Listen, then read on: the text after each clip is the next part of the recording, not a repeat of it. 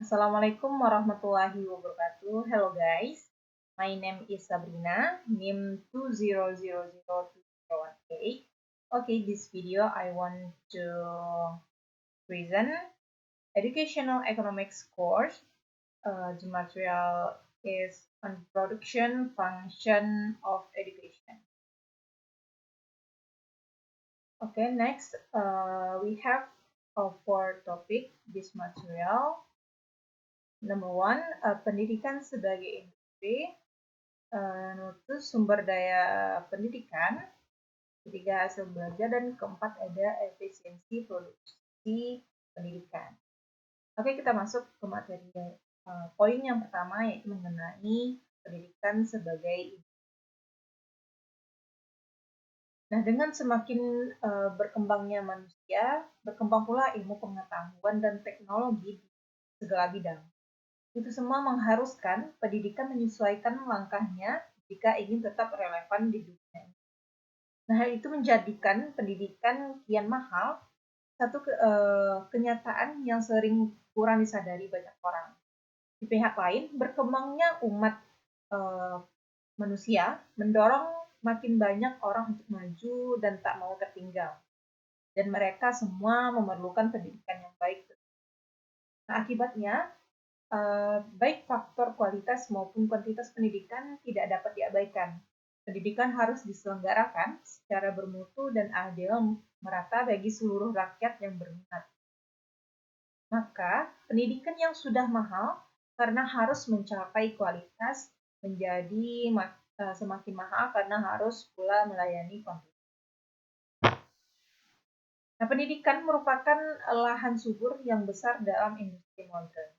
Pendidikan merupakan barang, baik materi maupun non-ekonomi materi, produsen dan konsumen sekaligus penghasil produk pendidikan yang profesional. Nah, poin yang kedua yaitu ada sumber daya pendidikan. Adapun sumber daya pendidikan di sekolah dapat dikelompokkan menjadi beberapa bagian. Yang pertama yaitu ada sumber daya bukan manusia.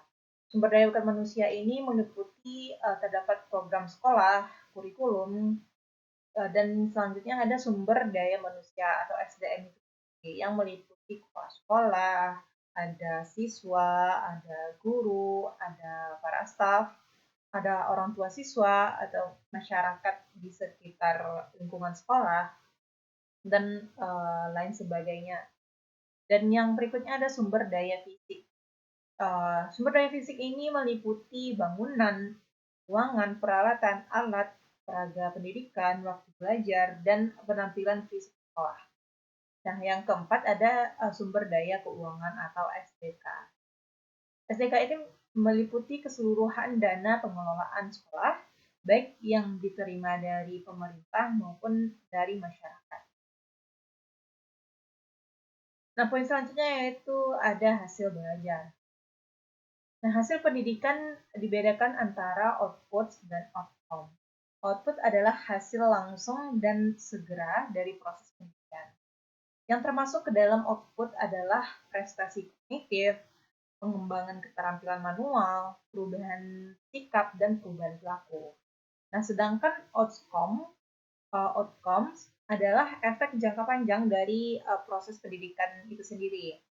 Nah, yang termasuk ke dalam outcome ini adalah penerimaan di jenjang pendidikan yang lebih lanjut. Misalkan kita duduk di bangku SMP dan akan berlanjut ke bangku SMA, dan bangku SMA begitupun dengan naik ke jenjang berikutnya yaitu perkuliahan, misalkan. Yaitu dan juga ada kesempatan kerja dan penghasilan.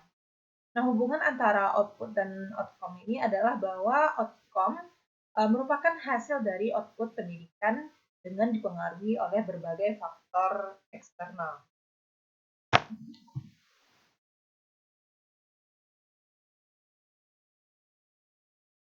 Nah, faktor-faktor eksternal ini antara lain ialah sistem penerimaan di jenjang pendidikan yang lebih tinggi.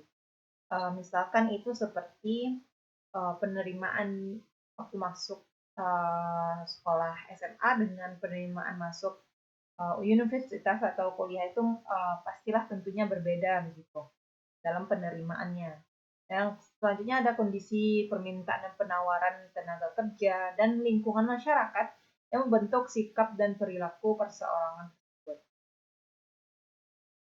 Nah, berikutnya adalah efisiensi produksi pendidikan atau efisiensi production education.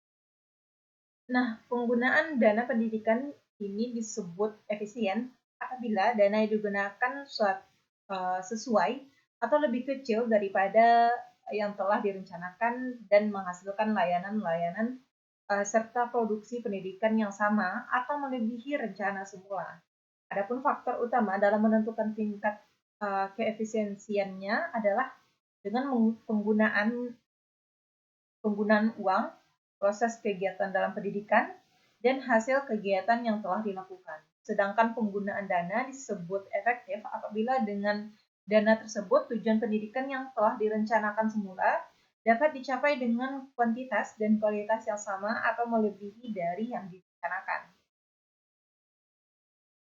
Nah, sekian materi dari saya mengenai production function of education. So thanks guys. Thanks your attention. Assalamualaikum warahmatullahi wabarakatuh.